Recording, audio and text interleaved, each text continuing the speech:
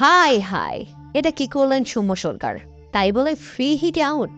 হ্যাঁ দর্শক, অনেকেই বলতে পারেন ফ্রি হিটে আবার আউট হয় কিভাবে, কিন্তু এখানে যে সৌম্য সরকার রান আউট হয়েছেন, গ্যালারিতে রীতিমতো স্তব্ধ মেরে গেছে তার সমর্থকরা। পাওয়ার প্লে শেষ ওভারে বোলিং করছিলেন খালেদ আহমেদ।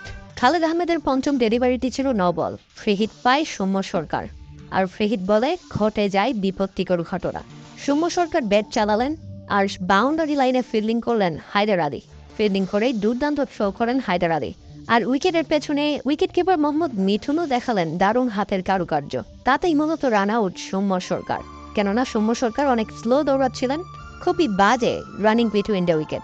ডিসিশন পেন্ডিং এর আগেই চিটাগং কিংসের ক্রিকেটাররা উদযাপন করছিলেন। তাতেই বোঝা যাচ্ছিল সৌম্য সরকার নিশ্চিত আউট হয়েছেন, এবং ডিসিশন পেন্ডিং এ ঠিক সেটাই দেখা যায়। মোহাম্মদ মিঠুনের দারুণ স্টাম্পিং, আর তাদের সৌম্য সরকার রান আউট হয়ে ফেরেন 17 বলে 23 রান করে।